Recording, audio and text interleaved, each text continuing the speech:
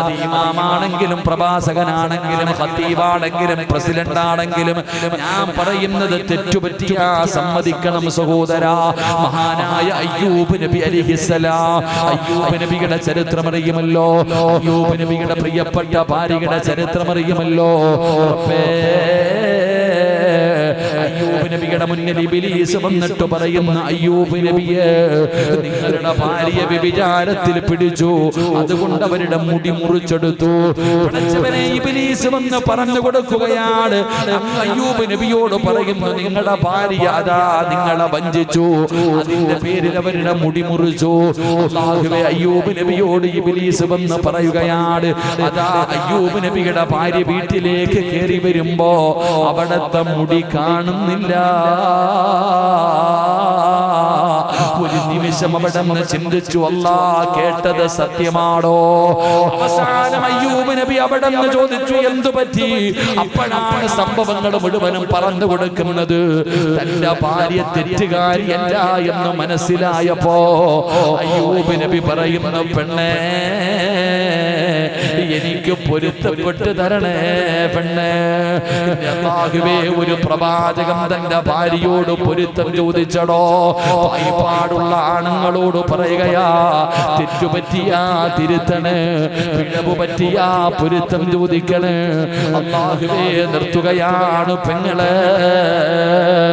അല്ലാഹുവിന്റെ റസൂലിന്റെ പൊന്നാര മകള്, എന്റെ പ്രിയപ്പെട്ടവരെ, അതാ തന്റെ ഭർത്താവിനോടൊപ്പം ജീവിച്ചു കൊണ്ടിരിക്കുമ്പോഴാണ് റബ്ബേ അല്ലാഹുവിന്റെ റസൂലിന് അവിടെ നിന്ന് രോഗം വരുന്നത്. പ്രവാചകന് രോഗം കൂടുകയാണ്, നിബിധങ്ങൾക്ക് രോഗം കൂടുകയാണ്.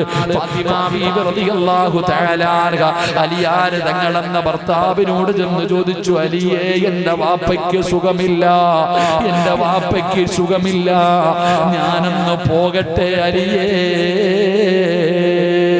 അലിയാര് തങ്ങളോട് ഫാത്തിമ ചോദിക്കുകയാ, എന്റെ വാപ്പ സുഖമില്ലാതെ കിടക്കുകയാണ്, ഞാനൊന്ന് പോയി നിൽക്കട്ടെ, എന്റെ ഉപ്പാന്റെ അടുക്കൽ പോയിട്ടൊന്ന് ഖിദ്മത്ത് ചെയ്യട്ടെ.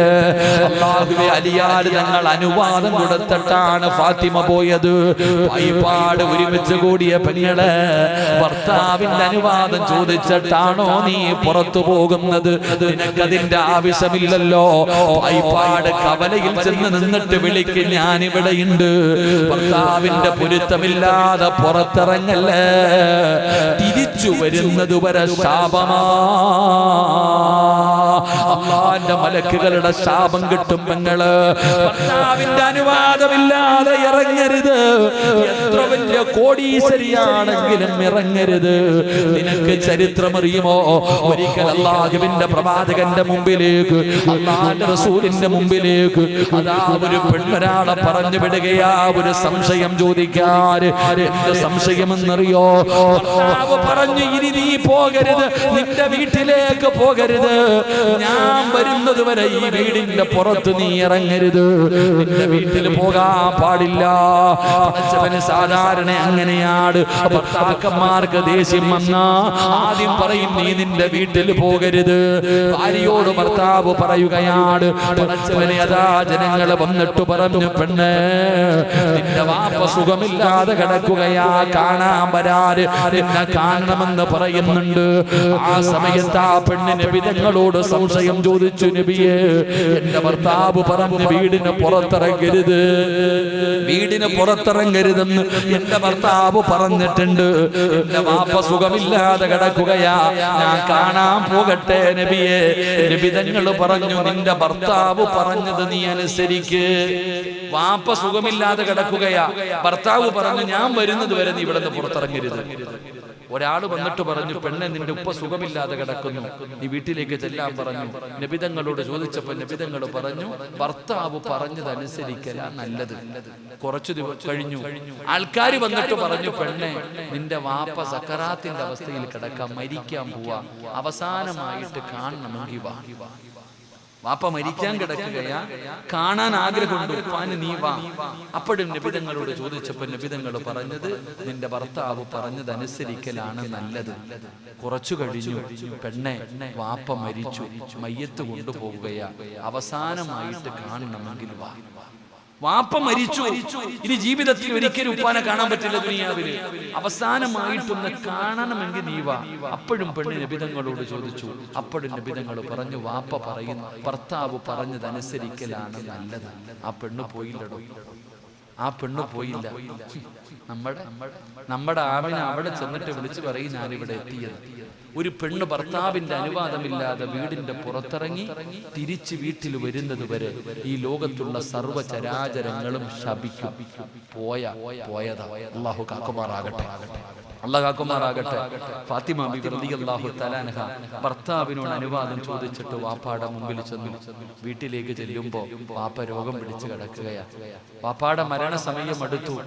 നബിതങ്ങൾക്ക് രോഗം പിടിച്ച് കിടക്കുകയാ. കണ്ടപ്പോ തന്നെ നബിതങ്ങൾക്ക് സന്തോഷമായി. ഫാത്തിമ ബീബിയെ കണ്ടപ്പോ തന്നെ സന്തോഷമായി. ഓടിച്ചെന്നു, കെട്ടിപ്പിടിച്ചു, മുത്തം കൊടുത്തു. ഉപ്പാന്റെ കയ്യും കാലും എല്ലാം തടകി കൊടുത്തു. എല്ലാരും മാറ്. ഫാത്തിമ ബീബി നബിതങ്ങളുടെ ചാരത്തിരുന്ന് കയ്യും കാലും ഒക്കെ തടകി കൊടുത്തിട്ട് ഉപ്പാന്റെ അടുത്ത് പോയിരുന്ന് കാലിന്റെ അടുത്തിരുന്ന് കരഞ്ഞപ്പോ നബിതങ്ങൾ പറഞ്ഞു, ഇഞ്ഞു വാ ഫാത്തിമ, അടുത്തു വാ. നബിതങ്ങൾ ഫാത്തിമ ബീബി റളിയല്ലാഹു തആല അൻഹ അടുത്ത് പിടിച്ചിരുത്തിയിട്ട് പറഞ്ഞു, മോളെ, വാപ്പച്ചി ഒരു രഹസ്യം പറയട്ടെ. വാപ്പച്ചി ഒരു രഹസ്യം പറയട്ടെ. എന്താ ഉപ്പ? മോളെ, ഉപ്പ എന്റെ മരണം അടുത്തു. വാപ്പ തന്റെ മകളോട് പറഞ്ഞു കൊടുക്ക, എന്റെ മരണം അടുത്തു ഫാത്തിമ. കാരണം എല്ലാ വർഷവും ഒരു ഖത്ത് ഞാൻ ഓതി കേൾപ്പിക്കാറുണ്ട് ജിബ്രീൽ അലൈഹിസ്സലാമിനെ. ഈ പ്രാവശ്യം 2 വട്ടം നിർബന്ധിച്ച് ഓതിപ്പിച്ചു. അപ്പൊ അടുത്ത റമദാനിന് ഞാൻ ഉണ്ടാകുമെന്നില്ല, എന്റെ മരണം അടുത്തു മോളെ. ഇത് പറയുന്നതും ഫാത്തിമ കരയുകയാ. ഇത് പറഞ്ഞ ഉടനെ ഫാത്തിമ ബീബി റളിയല്ലാഹു തആലയ്ക്ക് സഹിക്കാൻ പറ്റിയില്ല, കരച്ചിൽ തുടങ്ങി. ഉപ്പാന്റെ കാലിനടുക്ക് പോയിരുന്നിട്ട് ഇങ്ങനെ കരയുന്നുണ്ട് ഫാത്തിമ. തന്റെ പൊന്നാര മകള് കരയുന്നത് കണ്ടപ്പോ രണ്ടാമതും വിളിച്ചു, ഇങ്ങ വാ മോളെ, ഇങ്ങ വാ. അടുത്ത് ചെന്നു വാപ്പ ചെവിയിൽ പറഞ്ഞു കൊടുത്തു, ഞാൻ പോയ എന്റെ തൊട്ടു പുറകിൽ നീയും മരിക്കും. അള്ളാന്റെ റസൂൽ സല്ലല്ലാഹു അലൈഹി വസല്ലം തങ്ങൾ ഫാത്തിമ എന്ന മകളോട് പറഞ്ഞു കൊടുക്ക, ഞാൻ മരിച്ച നീ എന്റെ കൂടെയുണ്ട് ഫാത്തിമ. ഫാത്തിമ ഉപ്പാനോട് ചോദിച്ച ചോദ്യം, ഉപ്പ നിങ്ങൾ പോയാ ഞാൻ ആരാ? ഉപ്പ എന്റെ ഉമ്മ പോയി, ഉപ്പ നിങ്ങളും പോയാ എനിക്ക് ആരാ ഉള്ളേ? ഞാൻ ഒറ്റയ്ക്കായി പോകില്ലേ? അങ്ങനെ സങ്കടപ്പെടുമ്പോഴാണ് നബിതങ്ങൾ പറഞ്ഞു കൊടുക്കുന്നത്, ഞാൻ പോയി കഴിഞ്ഞാൽ എന്റെ കുടുംബത്തിൽ ആദ്യം മരിക്കുന്നത് നീയാ. ഒരൊറ്റ ചിരിയ സഹോദര. ഫാത്തിമ ബീബി റളിയല്ലാഹു തആലയുടെ നബിതങ്ങൾ പറഞ്ഞു, നീ മരിക്കും. എന്റെ കുടുംബത്തിൽ നിന്ന് ആദ്യമായിട്ട് മരണപ്പെടുന്നത് നീയാണ് ഫാത്തിമ. നബിതങ്ങൾ അവിടെ നിന്ന് പറയുമ്പോ ഫാത്തിമ ചിരിക്കുകയാണ്. മരിക്കുമെന്ന് പറഞ്ഞപ്പോൾ ചിരിച്ച പെണ്ണാണ് ഫാത്തിമ. മരിക്കുമെന്ന് പറഞ്ഞപ്പോ ഒരു പേടിയുമില്ലാതെ ചിരിച്ചവളാ ഫാത്തിമ. എന്റെ പ്രിയപ്പെട്ട പെങ്ങളെ, ധൈര്യമുണ്ടോ മോളെ? നിരന്നിരിക്കുന്ന ആണുങ്ങളോട് ചോദിക്കുകയാ, മരണം പറഞ്ഞാ ചിരിക്കാ ധൈര്യമുണ്ടോ? മരണം പറഞ്ഞാ ചിരിക്കാ ധൈര്യമുണ്ടോ? എന്റെ പ്രിയപ്പെട്ടവരെ, പേടിയാടോ? എപ്പോഴെവിടെ വെച്ച് വേണമെങ്കിലും മരണം കടന്നു വരുമല്ലോ. ഈ വാഴ പറയുന്ന ഞാന് നാളെ ഈ പള്ളിയുടെ ഉദ്ഘാടനത്തിനുണ്ടാകുമെന്ന് പറയാൻ കഴിയുമോ സഹോദരാ? എപ്പോഴെവിടെ വെച്ചാ മരണം വരുന്നതെന്നറിയില്ല. അല്ലാഹുവേ, ഞങ്ങൾക്ക് നല്ല മരണം തരണേ അല്ലാ. ഈ പായിപ്പാട് പള്ളിയുടെ ചാരത്തിരിക്കുന്നവരോട് പറയുകയാ, ബക്കറ്റുമായിട്ട് നിങ്ങളുടെ മുമ്പിലേക്ക് കടന്നു വരികയാണ്. സ്വർഗമല്ല ചോദിക്കുന്നത്, നരകമോചനമല്ല ചോദിക്കുന്നത്, സമ്പത്തല്ല ചോദിക്കുന്നത്. ഈ പള്ളിയുടെ മുമ്പിലിരിക്കുന്ന നിങ്ങളുടെ മുമ്പിലേക്ക് ബക്കറ്റുമായി കടന്നു വരുമ്പോ അല്ലാഹുവോട് പറയേണ്ടത് എന്തെന്നറിയോ? ഞാനിവിടെ നിൽക്കുമ്പോ ഒരു ചെറിയ കുഞ്ഞിന്റെ കയ്യിൽ ഒരു കെട്ട് കണ്ടടോ? ഒരു 5 വയസ്സുള്ള ഒരു ചെറിയ മകളുടെ കയ്യിൽ ഒരു കെട്ട് കണ്ടോ? ഉമ്മയുമുണ്ട്, ആ കുട്ടിയുമുണ്ട്, ഒരു സഹോദരനുണ്ട്. എന്നോട് പറഞ്ഞു, ഉസ്താദേ മജ്ജ മാറ്റി വെക്കാ പറഞ്ഞിരിക്കുകയാ. ലക്ഷക്കണക്കിന് രൂപ വേണം ഉസ്താദേ. എന്നെ പായിപ്പാട് പള്ളിയുടെ മിഹ്റാബിന്റെ അകത്ത് ആ മിമ്പറിന്റെ ചാരത്തൊരു പൊന്നുമോള് നിൽക്കുന്നത് കണ്ട് കാണാനെന്ത് സൗന്ദര്യമെന്നറിയോ? ആ പൊന്നുമോളുടെ മുഖത്ത് ഒരു സൗന്ദര്യമായി എന്തൊരു ഭംഗിയാ. ആ കുട്ടി അവിടെ തന്നെ നിൽക്കുകയാണ്. ഓതുന്ന മിമ്പറും പിടിച്ചിട്ട് ആ പൊന്നുമോള് നിന്നപ്പോ അടുത്ത് നിന്നപ്പോഴാ പറയുന്നത്, ഉസ്താദേ നടക്കാൻ പറ്റില്ല ഉസ്താദേ, എന്റെ പൊന്നുമോക്ക് നടക്കാൻ പറ്റില്ല. എടോ ഇതുപോലെ എത്ര പേരെ കാണുന്നവരാണ്. ഇന്ന് സംഘാടകർ ബക്കറ്റുമായിട്ട് മുമ്പിലേക്ക് കടന്നു വരുമ്പോ അല്ലാഹുവോട് പറയേണ്ടതെന്തെന്നറിയോ? അല്ലാഹുവോട് പറയേണ്ടതെന്തെന്നറിയോ? ഇതുപോലെ പള്ളിയുടെ മുമ്പിൽ വെള്ളിയാഴ്ച വന്നിരുന്ന് യാചിക്കേണ്ട ഗതി വരുത്തല്ലേ അല്ലാ. മരിക്കുന്ന കാലം വരെ ഒരാളുടെ മുമ്പിലും കൈ നീട്ടാൻ എനിക്ക് വയ്യ പടച്ചവര്. അങ്ങനെ ഒരു ഗതി വരുത്തല്ല തമ്പുരാന്.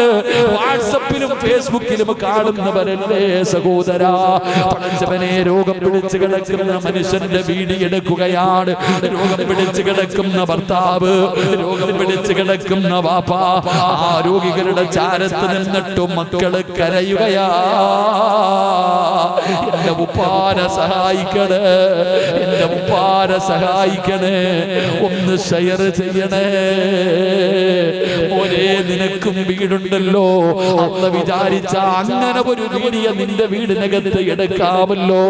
ഈ പള്ളിയുടെ മുമ്പിൽ ഇരുന്ന് പിരിവെടുക്കുന്നവരെ കണ്ടിട്ടില്ല. ഇന്ന് ബക്കറ്റ് നിന്റെ മുമ്പിൽ വരികയാ.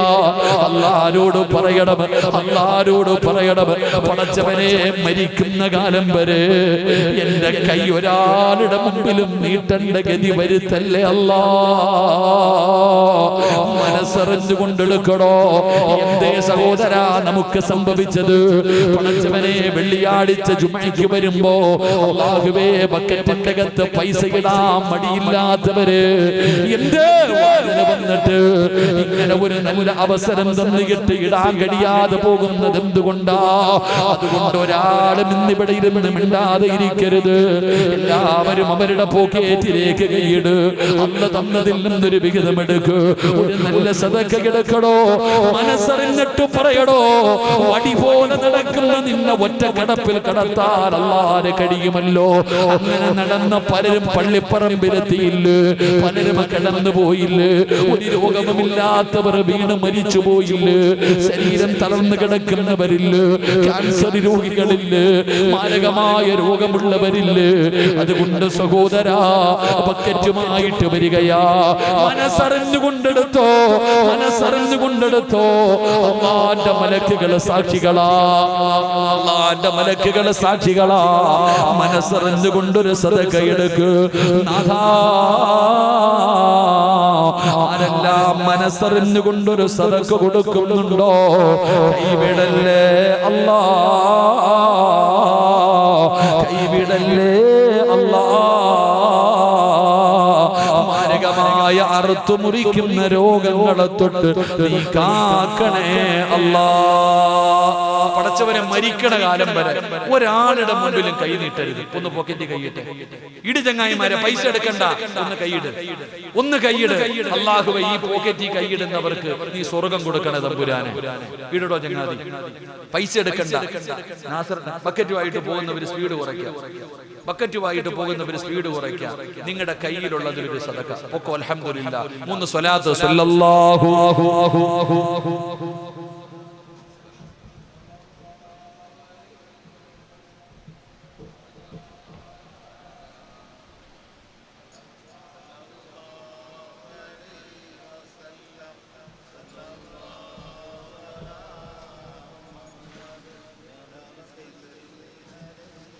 അല്ലാഹുവേ നീ സ്വീകരിക്കണേ തമ്പുരാനെ. പടച്ചവനെ ഈ സദഖയുടെ ബറക്കത്ത് കൊണ്ട് മാരകമായ രോഗങ്ങളെ തൊട്ട് കാക്കണേ അല്ലാ. അറുത്തു മുറിക്കല്ലേ അല്ലാ, കണ്ണുനീര് കുടിപ്പിക്കല്ലേ അല്ലാ. അതുകൊണ്ട് 12 മണിയായി നിർത്തുകയാണ്. എന്റെ പ്രിയപ്പെട്ട സഹോദരിമാരെ, അല്ലാഹുവിന്റെ റസൂൽ ഫാത്തിമയോട് പറഞ്ഞു, മോളെ അടുത്തത് നീയാ, അടുത്തത് നീയാ. പറഞ്ഞത് സത്യമായിരുന്നു പെങ്ങളെ, പറഞ്ഞത് സത്യമായിരുന്നു പെങ്ങളെ. അല്ലാഹുവിന്റെ റസൂലിന്റെ പൊന്നാര മകളോട് പറഞ്ഞത് സത്യമായിരുന്നു. പടച്ചവനെ, ഫാത്തിമ ബീവിക്ക് 29 വയസ്സായി. ഫാത്തിമ ബീവി റളിയല്ലാഹു തആല അൻഹ 29 വയസ്സായി. തന്റെ ഭർത്താവിനോടൊപ്പം സന്തോഷത്തോടെ ജീവിച്ചു കൊണ്ടിരിക്കുകയാ. 29ാമത്തെ വയസ്സിൽ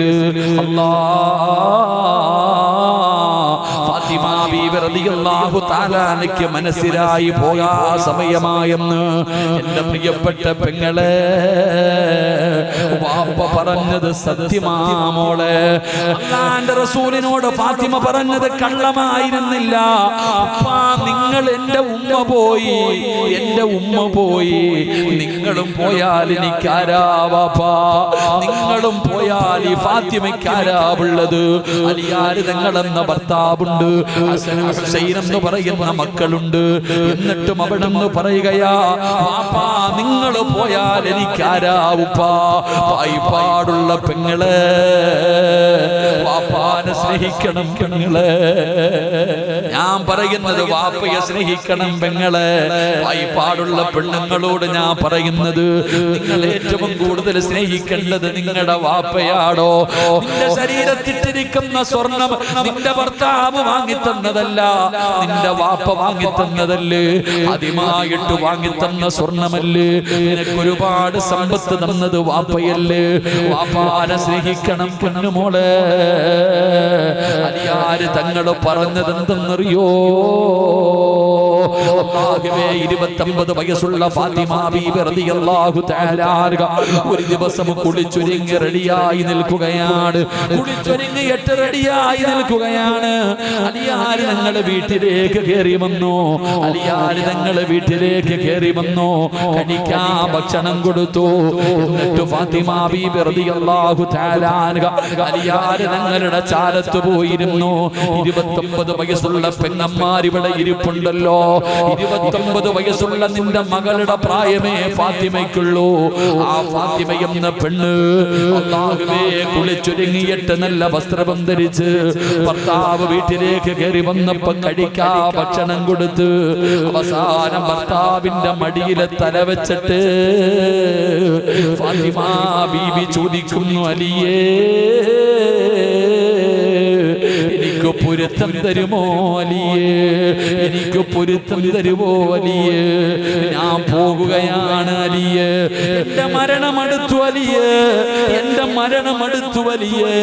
29 വയസ്സുകാരിയായ ഫാത്തിമ ബീബി റളിയല്ലാഹു തആല തന്റെ മരണത്തിന്റെ വേളയിൽ ഭർത്താവിനോട് പൊരുത്തം ചോദിക്കുകയാ. ഇതെവിടെ നിന്നാ പഠിച്ചതെന്നറിയോ? എവിടെ നിന്നാണ് പഠിച്ചതെന്നറിയോ? 15ാമത്തെ വയസ്സിൽ തന്റെ പ്രിയപ്പെട്ട ഉമ്മ, 15ാമത്തെ വയസ്സിൽ തന്റെ പ്രിയപ്പെട്ട ഉമ്മ വാപ്പാടെ മടിത്തട്ടിൽ കിടന്നിട്ട് പൊരുത്തം ചോദിച്ചത് കണ്ടു വളർന്നവളാ. തന്റെ 15ാമത്തെ വയസ്സില് അള്ളാഹുവിന്റെ റസൂലിന്റെ മടിയിൽ കിടന്നിട്ട് ഖദീജ എന്ന പ്രിയപ്പെട്ട ഉമ്മ നബി തങ്ങളോട് പറഞ്ഞു, നബിയേ എനിക്ക് പൊരുത്തം തരണേ നബിയേ, എനിക്ക് പൊരുത്തം തരണേ നബിയേ. ഉമ്മ ഉപ്പാനോട് പൊരുത്തം ചോദിച്ചിട്ട് മരിച്ചത് കണ്ടവളാ. ഉപ്പായോട് പൊരുത്തം ചോദിച്ചിട്ട് ഉമ്മ മരിക്കുന്നത് കണ്ടവളാ ഫാത്തിമ ബീബി റളിയല്ലാഹു തആല അൻഹ. തന്റെ വാപ്പ 63ാമത്തെ വയസ്സിൽ തന്റെ ഉമ്മയായ ആയിഷ ബീബിയുടെ നെഞ്ചത്ത് ചാരിക്കിടന്നിട്ട് വാപ്പ പൊരുത്തം ചോദിക്കുന്നത് കണ്ടു വളർന്നവളാ ഫാത്തിമ. ഉമ്മ ചൊരുത്തം ചോദിക്കുന്നതും കണ്ടു, വാപ്പ ഭാര്യയോട് പൊരുത്തം ചോദിക്കുന്നതും ഈ ഫാത്തിമ കണ്ടു. ആ ഫാത്തിമയാണ് 29ാമത്തെ വയസ്സിൽ തന്റെ ഭർത്താവിന്റെ മടിയിൽ കിടന്നിട്ട് ചോദിക്കുന്നു, അലിയേ എന്റെ മരണമടുത്തു വലിയേ, എന്റെ മരണമടുത്തു വലിയേ, എനിക്ക് പൊരുത്തപ്പെട്ട് തരണേ അലിയേ, എനിക്ക് പൊരുത്തപ്പെട്ട് തരണേ അലിയേ. ഫാത്തിമ ബീവി ഹസനെയും ഹുസനെയും വിളിച്ചു, തന്റെ പൊന്നാര മക്കളെ വിളിച്ചു, കെട്ടിപ്പിടിച്ചു ചുംബനം കൊടുത്തു, കെട്ടിപ്പിടിച്ച് ചുംബനം കൊടുത്തു. എന്നിട്ട് ഫാത്തിമ ബീവി റളിയല്ലാഹു തആല അൻഹ അലിയാർ തങ്ങളുടെ കയ്യിൽ പിടിച്ചിട്ട് പറഞ്ഞു, എന്റെ മക്കളെ തല്ലല്ലേ, എന്റെ പൊന്നാര മക്കളെ തല്ലല്ലേ, എന്റെ ഹസനെയും ഹുസൈനെയും പൊന്നുപോലെ നോക്കണേ അലിയേ. അല്ലാഹുവിന്റെ റസൂലിന്റെ കയ്യിൽ പിടിച്ചിട്ട് ഖദീജ പറഞ്ഞ വാക്ക്, അള്ളാന്റെ റസൂലിന്റെ കയ്യിൽ പിടിച്ചിട്ട് ഫാത്തിമ എന്ന പൊന്നുമോളെ പിടിച്ചു കൊടുത്തിട്ട് ഉമ്മ ഉപ്പാനോട് പറഞ്ഞു, എന്റെ മോളെ തല്ലരുത്, എന്റെ പൊന്നുമോളെ പൊന്നുപോലെ നോക്കണം. ഇതുപോലെ ആയിഷ ഖദീജ ബീവി അവിടെന്ന് പറഞ്ഞിട്ട് മരിച്ചപ്പോ ഫാത്തിമ ബീവി തന്റെ ഭർത്താവിന്റെ കയ്യിൽ പിടിച്ചിട്ട് പറയുന്നു, എന്റെ പൊന്നുമക്കളെ നോക്കണേ, എന്റെ കുറവർക്ക് വരരുത്, ഒരു ഉമ്മയുടെ കുറവർക്ക് വരരുത്, എന്റെ പൊന്നുമക്കളെ തല്ലരുത്. ഫാത്തിമ ബീബി റളിയല്ലാഹു തആല അൻഹ പൊരുത്തം ചോദിക്കുകയാ. തന്റെ പൊന്നാര മക്കളെ ഭർത്താവിന്റെ കയ്യിലേൽപ്പിച്ചു, തന്റെ പൊന്നാര മക്കളെ ഭർത്താവിന്റെ കയ്യിലേൽപ്പിച്ചു. ഫാത്തിമ ബീബി റളിയല്ലാഹു തആല അൻഹ പായിപ്പാട് പള്ളിയിൽ വന്ന പെങ്ങളെ, സങ്കടമുണ്ട് പെങ്ങന്മാരെ, പറയാതിരിക്കാൻ പറ്റില്ലല്ലോ. അല്ലാഹുവേ, ഫാത്തിമ ബീബി റളിയല്ലാഹു തആല അൻഹ അലിയാര് തങ്ങളോട് പറയുകയാണ്, ഞാൻ മരിച്ച രാത്രി വേണം കബറടക്കാൻ, ഞാൻ മരിച്ച രാത്രി വേണം കബറടക്കാൻ. എന്തേ ഫാത്തിമ, എന്തേ ഫാത്തിമ? അലിയാര് തങ്ങളോട് പറയുന്നു, എന്റെ മയ്യത്ത് വെള്ള തുണിയിൽ പൊതിയുന്നത് അന്യപുരുഷന്മാരാണ്, എന്റെ ജനാസ ചുമക്കുന്നത് ആണുങ്ങളാണ്, എന്റെ ജനാസ കബറിലിറക്കുന്നതും ആണുങ്ങളാണ്. 3 കഷ്ടം വെള്ള തുണിയിൽ വരിഞ്ഞു കെട്ടിയിട്ട് എന്റെ മയ്യത്ത് കൊണ്ടുപോകുന്നത് പകലാണെങ്കിൽ അവരെന്റെ ശരീരത്തിന്റെ വടിവ് കാണുന്നത് എനിക്കിഷ്ടമല്ല അലിയേ. ഒരാളും എന്റെ ശരീരത്തിന്റെ വടിവ് കാണരുത്, അത് മരിച്ചു കൊണ്ടുപോകുന്ന സമയത്ത് പോലും എനിക്കിഷ്ടമല്ല എന്ന് പറഞ്ഞ ഫാത്തിമ, എന്റെ പ്രിയപ്പെട്ട പെങ്ങളെ, പായിപ്പാടോ അല്ലെങ്കിൽ ചങ്ങനാശ്ശേരിയിൽ പോയി ഫർദ എടുക്കും. ഇട്ടു നോക്കിയിട്ടാണ് ഫർദ എടുക്കുന്നത്, എല്ലാ പെണ്ണുങ്ങളും ഇട്ടു നോക്കിയിട്ടാണ് എടുക്കുന്നത് എന്ന് വീട്ടിൽ കൊണ്ടുവന്നിട്ട് ആ ഇട്ട് നോക്കി കൊണ്ടുവന്ന ഫർദയുടെ സൈഡ് എടുത്ത് അടിച്ച് ടൈറ്റാക്കുന്ന പെണ്ണേ, പായിപ്പാടുള്ള സഹോദരിമാരോട് ഇമാമല്ലേ പറയണമല്ലോ, ഇമാമല്ലേ പറയണമല്ലോ. പറഞ്ഞില്ലെങ്കിൽ അല്ല എന്നെ വെറുതെ വിടില്ലല്ലോ. ഇഷ്ടപ്പെട്ട ആരുമില്ലെങ്കിലും പറയും, പെങ്ങള് ഈ പള്ളിക്കകത്ത് കേറാൻ മുസ്ലിമീങ്ങളായി എത്രയോ പെണ്ണുങ്ങൾ വന്നല്ലോ, എത്രയോ പെണ്ണുങ്ങൾ ഈ പള്ളിക്കകത്ത് കേറിയല്ലോ. പലരും കേറിയപ്പോ തലമറച്ചുകൊണ്ട് കേറിയപ്പോ ഈ വാഴ് കേൾക്കാമെന്ന ഉമ്മ അള്ളാടെ പള്ളിക്കകത്ത് കയറിയിട്ട് പോലും തലമറക്കാതെ നടക്കുന്ന മുസ്ലിം പെണ്ണ്, എങ്ങനാ മോളെ, എങ്ങനാ മോളെ?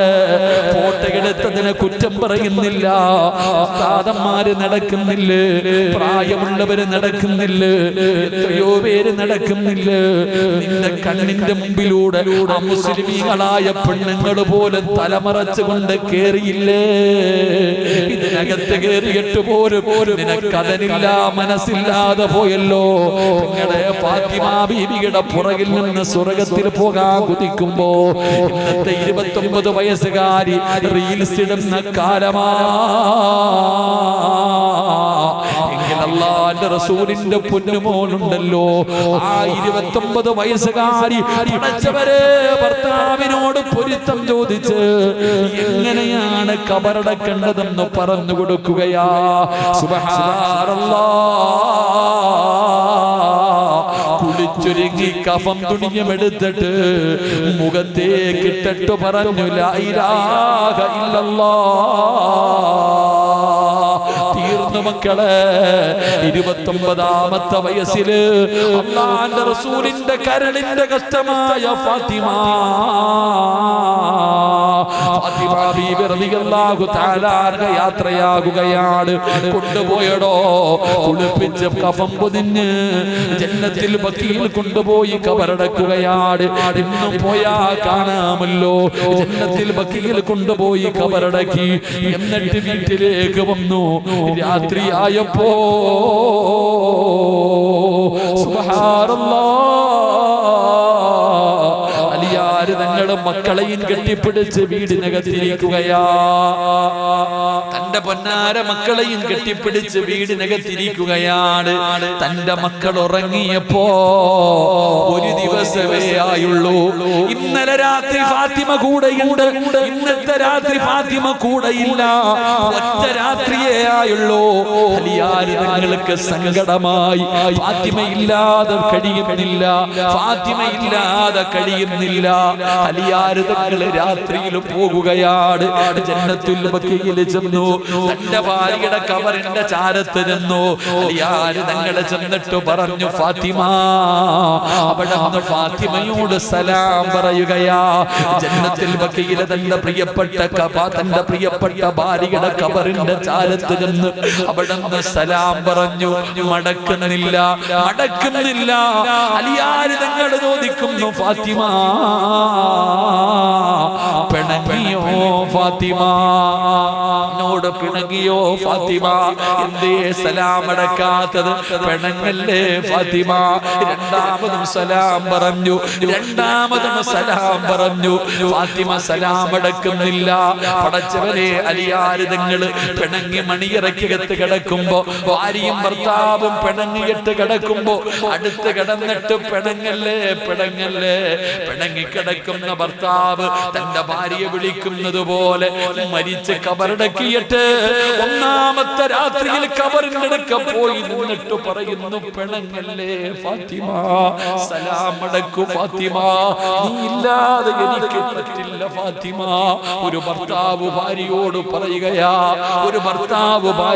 പറയുകയാ, നീ ഇല്ലാതെ എനിക്ക് പറ്റില്ല ഫാത്തിമ, നീ ഇല്ലാതെ എനിക്ക് പറ്റില്ല ഫാത്തിമ.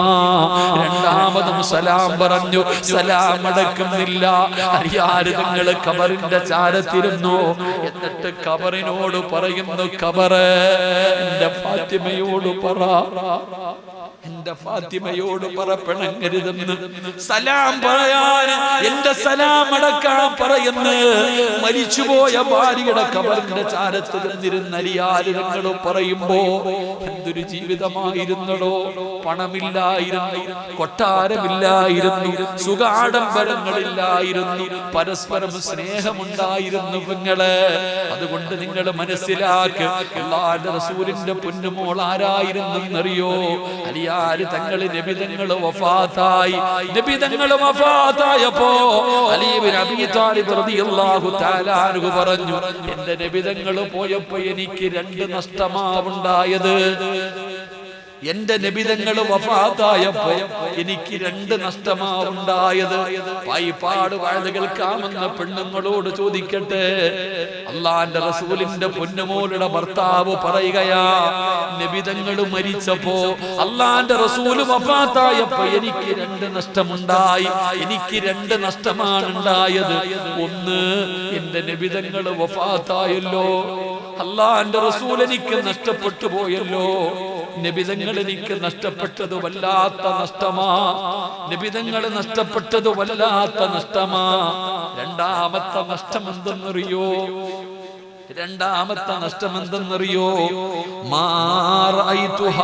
ഫാത്തിമ,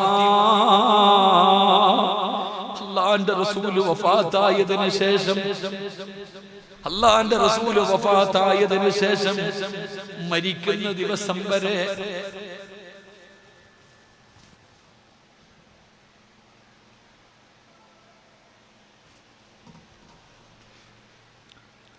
അലി ഇബ്നു അബീ താലിബ് റളിയല്ലാഹു തആല അൻഹു പറയുകയാണ്, എന്റെ പ്രിയപ്പെട്ട പെങ്ങളെ, അല്ലാഹുവിന്റെ റസൂൽ വഫാത്തായതിനു ശേഷം മരിക്കുന്ന ദിവസം വരെ ഫാത്തിമ ചിരിച്ചിട്ടില്ല.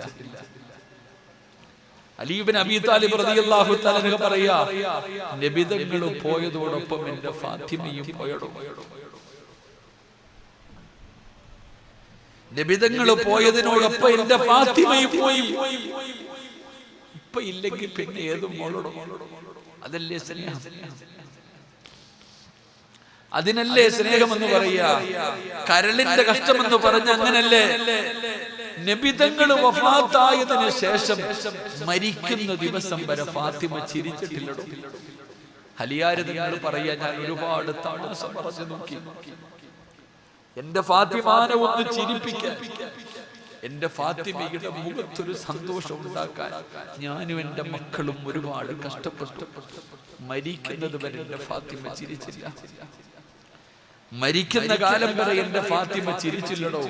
അലി ഇബ്നു അബീ താലിബ് റളിയല്ലാഹു തആല പറയാ, നബി പോയപ്പോ നബിതങ്ങളും പോയി, എന്റെ ഭാര്യ പോയി, രണ്ടുപേരും പോയി. എന്റെ പ്രിയപ്പെട്ട സഹോദരങ്ങളെ, അതാണ് നബിതങ്ങളോട് ആ മകൾക്കുണ്ടായിരുന്ന സ്നേഹം. ആ നബിതങ്ങളോടുള്ള മകളുടെ സ്നേഹം അത്ര വലുതായിരുന്നു. അതുകൊണ്ട് എന്റെ പ്രിയപ്പെട്ട സഹോദരിമാരിന്റെ സഹോദരങ്ങളോട് ഞാൻ പറയുന്നു, ആ ഫാത്തിമ ബീവിയുടെ പുറകിൽ നിന്നാണ് നാളെ നിങ്ങളൊക്കെ സ്വർഗത്തിൽ പോകേണ്ടത്. ആ സ്വർഗത്തിൽ പോകുന്നത് പോയിട്ട്, ആ സ്വർഗം അല്ലാഹുവോട് താ എന്ന് ചോദിക്കുന്നത് പോയിട്ട്, ആ സ്വർഗത്തിന്റെ പരിമളം 500 വർഷത്തെ വഴിദൂരം വരെ അടിച്ചു വീശുന്ന, അതൊന്ന് ശ്വസിക്കാനുള്ള അർഹതയെങ്കിലും എനിക്ക് നിങ്ങൾക്കുണ്ടോ എന്ന് ചിന്തിക്കുക. അള്ളാഹു നമുക്ക് ഈമാൻ നൽകി അനുഗ്രഹിക്കുമാറാകട്ടെ. എന്റെ പ്രിയപ്പെട്ട സഹോദരങ്ങളെ, സഹോദരിമാരെ, അതുകൊണ്ട് ഞാൻ നിർത്തുകയാ. എന്റെ പ്രിയപ്പെട്ട സഹോദരങ്ങളെ, സഹോദരിമാരെ, നാം എന്ത് ചെയ്യുക? മഹദിമാരുടെ ചരിത്രങ്ങൾ പഠിക്കുക, അവരുമായിട്ടൊരു ബന്ധമുണ്ടാക്കുക. ആ ഫാത്തിമയെ നിങ്ങൾ സ്നേഹിച്ച നബിതങ്ങളെ സ്നേഹിച്ചവരെ പോലെയാണെന്ന് ആദരവായ പ്രവാചകൻ നബി മുഹമ്മദ് മുസ്തഫ സ്വല്ലല്ലാഹു അലൈഹി വസല്ലം. അതുകൊണ്ട് എന്റെ പ്രിയപ്പെട്ട സഹോദരിമാരോട്, സഹോദരങ്ങളോട്, അൽഹംദുലില്ലാഹ്, നമ്മുടെ പള്ളിയുടെ പണിയെല്ലാം കഴിഞ്ഞു. അൽഹംദുലില്ലാഹ്, നാളെ നമ്മുടെ പള്ളിയുടെ ഉദ്ഘാടന കർമ്മം നടത്തുമ്പോൾ നിങ്ങൾ അറിയേണ്ട ചില കാര്യങ്ങളുണ്ടോ? നാളെ വൈകുന്നേരം നമ്മളൊക്കെ സ്വപ്നത്തോടെ, നമ്മളൊക്കെ വലിയ സന്തോഷത്തോടെ ഈ പള്ളിക്കകത്ത് നിസ്കരിക്കാൻ കയറുമ്പോൾ നമ്മൾ ഓർക്കേണ്ട ചില ആൾക്കാരുണ്ട്. ഈ പള്ളി പണിത ചില ആൾക്കാരുണ്ടോ? ശമ്പളം പോലും കിട്ടാതെ നടക്കുന്ന ഒരുപാട് പണിക്കാരുണ്ടോ? ആ ജോലി ചെയ്തവന് കൂലി കൊടുക്കണം. ജോലി ചെയ്തവന് കൂലി കൊടുക്കാതെന്തടോ? അതുകൊണ്ട് നാളെ ഈ പള്ളിക്കകത്ത് കയറി നിങ്ങൾ നിസ്കരിക്കുന്നതിന് മുമ്പ് ഈ പള്ളി പണിത് നിന്ന മനുഷ്യന് കൊടുക്കാനുള്ള പൈസയുടെ കാര്യത്തിൽ ഒരു തീരുമാനമാകാതെ നമ്മൾ ഇതിനകത്ത് കയറിയിട്ട് കാര്യമില്ല. അള്ളാഹു നമുക്ക് ഈമാൻ നൽകുമാറാകട്ടെ. അതുകൊണ്ട് അതിന്റെ വിഷയത്തിൽ നമുക്കൊരു തീരുമാനമെടുക്കണം. ഞാൻ ഓരോ ഉസ്താദന്മാരും ഇവിടെ ഇരുന്ന് ചോദിക്കുമ്പോൾ നിങ്ങളുടെ ഇരുത്തം കാണുമ്പോൾ എനിക്ക് തന്നെ സങ്കടം തോന്നാറുണ്ട്. എന്തു പറ്റി പടച്ചവനെ, എന്തു പറ്റി? ഓരോ ഉസ്താദന്മാരും ചോദിക്കുന്നു, എന്തെങ്കിലും താ എന്ന് പറഞ്ഞ് ചോദിച്ചിട്ടും നിങ്ങൾ ഇപ്പോഴും പറയുന്നത് ഞാൻ തന്നില്ലേ ഉസ്താദെ, ഞാൻ കൊടുത്തില്ലേ ഉസ്താദെ, എന്നിട്ട് നിനക്ക് കുറഞ്ഞോ വാപ്പ? ഞാൻ ചോദിക്കുന്നത്, ഈ പള്ളിക്ക് 1,57,00,000 കൊടുത്ത റാസി അണ്ണൻ എന്തെങ്കിലും കുറഞ്ഞോ സഹോദര? കൂടിയതല്ലേ ഉള്ളൂ. ഞാൻ ചിന്തിക്കുന്നത്, ഞാൻ മനസ്സിലാക്കുന്നത്, താഴെ വെച്ച് ഇവിടുന്ന് ഹിഫ്ള് മത്സരം നടത്തി. അപ്പോഴും അദ്ദേഹം പറഞ്ഞത് അതിൽ പങ്കെടുക്കുന്ന ഓരോ വിദ്യാർത്ഥിക്കും 3000 രൂപ വെച്ച് കൊടുക്കാനാണ്. ഈ കൊടുത്തത് കൊണ്ട് ആർക്കോടോ കുറഞ്ഞത്? അല്ല വാരിക്കൂലി കൊടുത്തില്ലേ? പായിപ്പാട് പള്ളിയുടെ മിനാരത്തിന്റെ താഴെ ഇറങ്ങി നോക്കടോ, ഒരു മൈലാഞ്ചി ചെടി കാണുന്നില്ലേ സഹോദര? എന്തേ കാണാത്ത? 1 കോടി രൂപ കൊടുക്കാൻ പറഞ്ഞിട്ട് 1,57,00,000 കൊടുത്തു. അൽഹംദുലില്ലാഹ്, നോക്കടോ താഴെ പോയിട്ട് ആ മൈലാഞ്ചി ചെടി പറഞ്ഞു തരുന്നില്ലേ നമ്മളോടൊരു ഉപദേശം? എത്രയോ പേര് ഈ പള്ളിയുടെ ചുറ്റുപാടും മടിയിലും കിടക്കുന്നു. സഹോദര, ഇതല്ലേ നമ്മുടെ ജീവിതത്തിൽ ആകുണ്ടാവുക? എന്റെ പ്രിയപ്പെട്ട സഹോദരിമാരെ, അള്ളാഹുവിന്റെ ദീനിന് വേണ്ടി കൊടുത്തതിന്റെ പേരിൽ ഒരാൾക്ക് നഷ്ടമില്ലല്ലോ. അള്ളാഹു ചോദിക്കുകയാ, എനിക്ക് ആരെങ്കിലും തരുമോ? നിങ്ങൾക്കറിയോ, അള്ളാന്റെ റസൂൽ സല്ലല്ലാഹു അലൈഹി വസല്ലം തങ്ങളുടെ മുമ്പിൽ ഒരാൾ വന്നിട്ട്, ഒരു അറാബി വന്നിട്ട് ചോദിച്ചു, നബിയെ എന്തെങ്കിലും താ നബിയെ, എനിക്ക് എന്തെങ്കിലും താ നബിയെ. നബിതങ്ങളുടെ കയ്യിൽ ഒന്നുമില്ല. റസൂലുള്ളാഹി തങ്ങൾ ഫാത്തിമ ബീവിയുടെ വീട്ടിൽ പറഞ്ഞു വിട്ടു, മോള് കൊടുക്കും. തന്റെ പൊന്നാര വീട്ടില് ആയിഷ ബീവിയുടെ മുമ്പിൽ പറഞ്ഞു വിട്ടു, ഇവിടെ ഒന്നുമില്ല. നബിതങ്ങൾ ഫാത്തിമ ബീവിയുടെ വീട്ടിൽ പറഞ്ഞു വിട്ടു. ഫാത്തിമ ബീവി റളിയല്ലാഹു തആലയുടെ വീടിന്റെ മുമ്പിൽ ചെന്നു. ആ മനുഷ്യൻ ചെന്ന് ചോദിച്ചു. ഫാത്തിമ ബീവി റളിയല്ലാഹു തആല വീടിനകത്ത് കയറിയിട്ട് മുഴുവനും തെരഞ്ഞു നോക്കി. ഒന്നുമില്ല ഈ സാധുവിന് കൊടുക്കാൻ, ഒന്നുമില്ല ഫാത്തിമയുടെ കയ്യിൽ. പുറത്തിറങ്ങി. അപ്പോഴീ മനുഷ്യനോട് വന്നിട്ട് ഒന്നുമില്ല എന്ന് പറയുന്നു. എന്തെങ്കിലും താ ഫാത്തിമ. ഫാത്തിമ, നീ വരുന്നത് കണ്ടാൽ നിന്റെ ഉപ്പ വരുന്നത് പോലെ, നിന്റെ ഉപ്പയുടെ അതേ രൂപം തന്നെയാ ഫാത്തിമ നിനക്ക്. എനിക്ക് എന്തെങ്കിലും താ. ഫാത്തിമ ബീവി റളിയല്ലാഹു തആല വീടിനകത്ത് പോയി, പടച്ചവനെ, തന്റെ കയ്യിലുണ്ടായിരുന്ന ഒരു സ്വർണത്തിന്റെ ചെയിൻ എടുത്തു കൊടുത്തു. ഇതേ ഉള്ളൂ. വീടെല്ലാം തെരഞ്ഞു നോക്കിയിട്ട് അവസാനം കിട്ടിയതൊരു മാലയാ. ആ മാല എടുത്തുകൊണ്ടുവന്ന് കൊടുക്കുമ്പോ ഫാത്തിമ കരയുന്നുണ്ട്. ആ മനുഷ്യൻ പോലും ചോദിച്ചു, എന്തേ ഫാത്തിമ കരയണേ? ഒന്നുമില്ല. ആ മാലയുമായിട്ട് നബിതങ്ങളുടെ മുമ്പിൽ വന്നിട്ട് ഈ മനുഷ്യൻ പറഞ്ഞു, നബിയേ, നിങ്ങൾ പറഞ്ഞത് സത്യമാ, നിങ്ങളുടെ മോള് സ്വർഗത്തിന്റെ റാണിയാണ്, നിങ്ങളുടെ മകള് സ്വർഗത്തിന്റെ റാണി, നിങ്ങളുടെ മോള് തന്നെയാണ് നബിയെ. എന്റെ മനുഷ്യ കയ്യിലിരുന്ന മാലയെടുത്ത് കാണിച്ചു കൊടുത്തിട്ട് പറഞ്ഞു, നിങ്ങളുടെ മോൾ എനിക്ക് തന്നതാ നബിയെ. എന്നിട്ട് ആ മനുഷ്യൻ തന്നെ നബിതങ്ങളോട് പറയുന്നുണ്ട്, ഈ മാലയ്ക്ക് എന്തോ പ്രത്യേകതയുണ്ട് നബിയെ, ഇത് തന്നപ്പോ ഫാത്തിമ കരഞ്ഞു. അള്ളാന്റെ റസൂലിനോട് പറയാ, ഈ മാല തന്നപ്പോ എന്റെ ഫാത്തിമ കരഞ്ഞു നബിയെ. ഫാത്തിമയുടെ കണ്ണ് നനച്ചിട്ടാ ഇത് തന്നത്. നബിതങ്ങൾ ചോദിച്ചു, ഏതു മാലയാ, ഏതു മാലയാ? ആ മാല എടുത്തിട്ട് കാണിച്ചപ്പോ നബിതങ്ങൾ കരയാൻ കരയാ.